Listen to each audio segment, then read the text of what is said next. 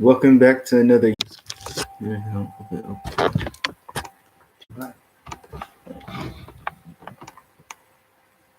There we go.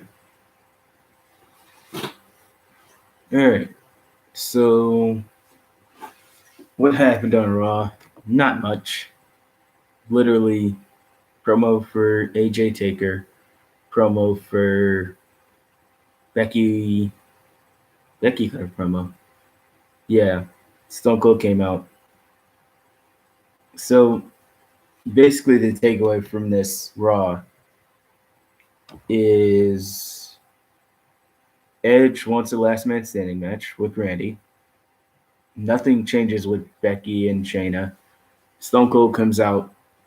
Byron Saxon gets hit with a stunner. And that was pretty much it. Byron Saxon got hit with a stunner. Becky cut a promo talking about how she's going to beat Shayna.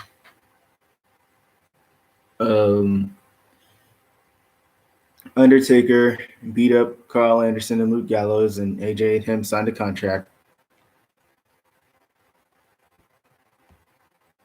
And that was pretty much it. So, yeah, that was Raw. And then they reran the whole Rumble match. Raw's over. Next, AEW Dark. Jack Evans and El Helico. Yeah. Jack Evans and El Helico beat Brandon Cutler and Michael Nakazawa. And this match, this whole show did have a crowd, by the way. The two shows that had crowds this week were AEW Dark and Impact Wrestling because they're pre-tape. So there you go. So yeah, Jack Evans and El Helico beat Brandon Cutler and Michael Nakazawa. Brandon Cutler continues to be the jobber of AEW, along with the Librarian, who was on the show. Colt Cabana versus Peter Avalon. Colt Cabana beat Peter Avalon. So there you go. Boom, boom, Colt Cabana, you know what I'm saying? Christopher Daniels versus Stu Grayson. Christopher Daniels beats Stu Grayson, as he should, because they win in tag matches, but they lose in singles matches. That's the thing. That should be a thing, honestly. I don't know.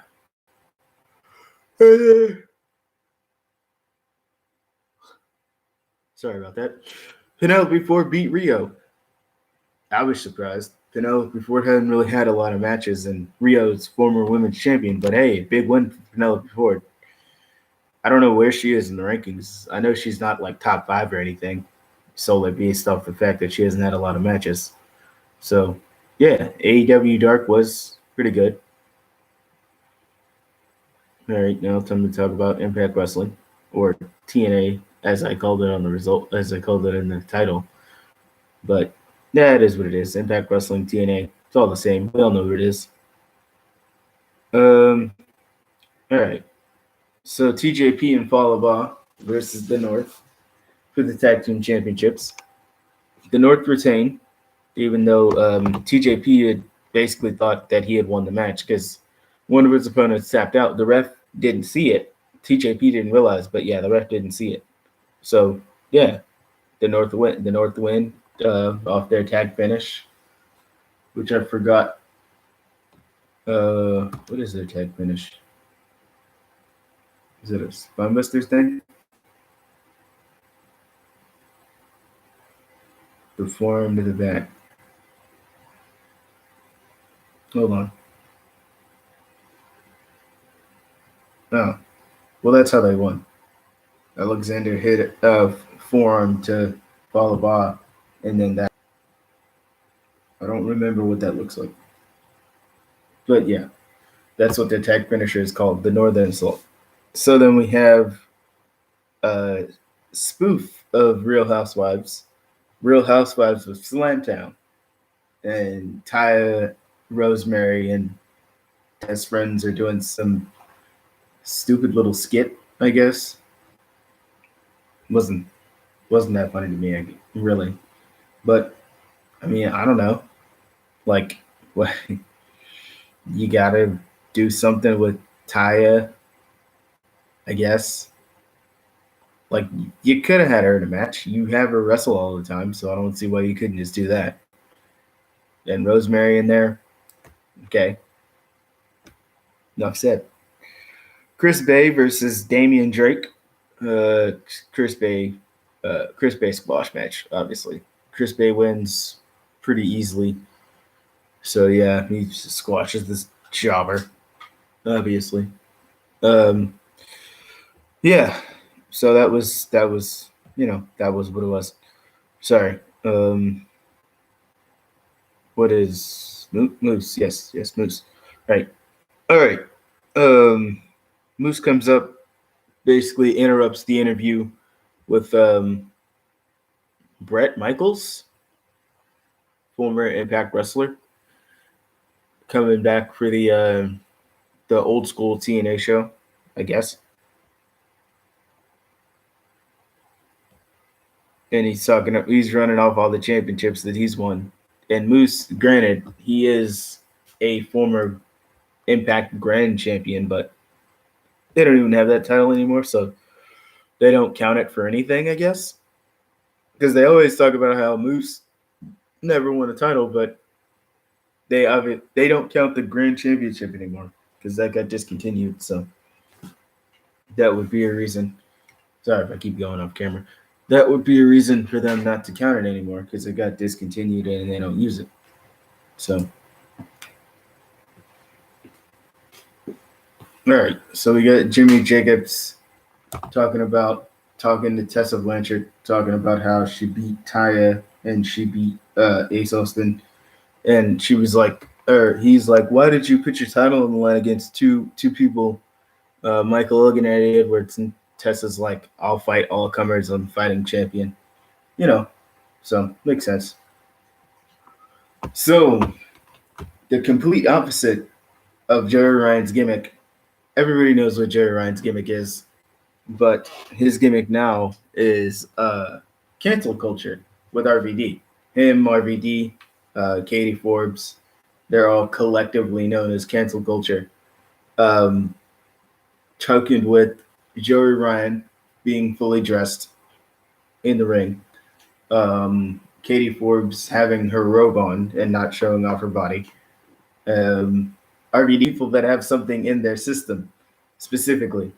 Like he said, talking about Cody Deaner drinking beer, he's like, I'm going to criticize you because you're having something in your system while wrestling. And we all know RVD's history. Like, we don't know if he was ever high going to the ring or not. At least I don't know. Well, I think he might have said that once. But either way, if he said it or not, which he probably has said it, and I probably just don't remember. But yes, to the best of my recollection, RVD's never been high going to the ring. And nor has Cody Deaner ever been actually drunk going to the ring. He'll have a beer when he goes to the ring, and then maybe a beer after he leaves the ring when he's backstage or whatever. But yeah, that's pretty much it.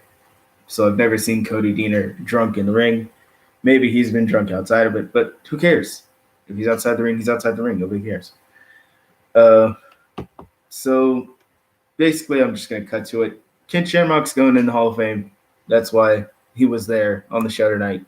He's going in the Hall of Fame, and Sami Callihan attacks him at the end of the show. So Sami Callihan and Ken Shamrock is our next feud. So there you go. Kiera Hogan versus Willie Mack also turns down Ace Austin's offer to be tag partners. Ace Austin wanted to be tag partners with Willie Mack, and Willie Mack's like, no, I already have a tag partner. He's Rich Swann. He's injured, as we all know. All right, so Kiera Hogan versus Lacey Ryan. Kiera Hogan wins. One of the people that's definitely going to be on Madison Rayne's team, it's going to be Kiera Hogan. I don't know if Ty's going to be on it, but Kiera Hogan's definitely going to be. And as far as Team Grace goes, her first member is Alicia Edwards. So there you go. Either way, Kiera Hogan wins this match. Su Yung finds a note from James Mitchell saying that she should fight Havoc in the Undead Realm next week. So, yeah, we've had encounters in the Undead Realm before.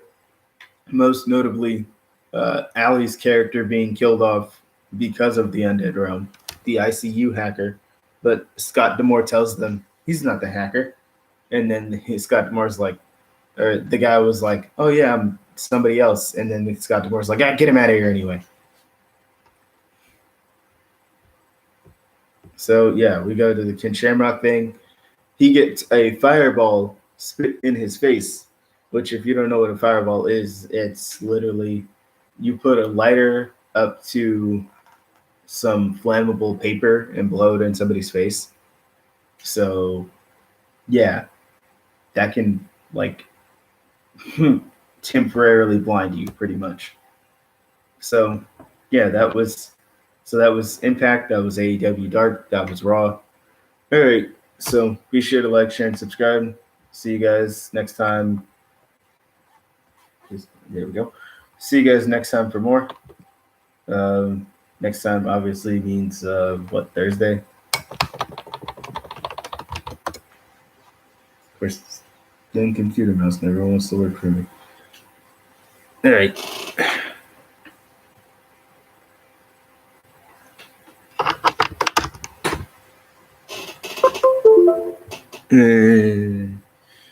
All right. See you guys.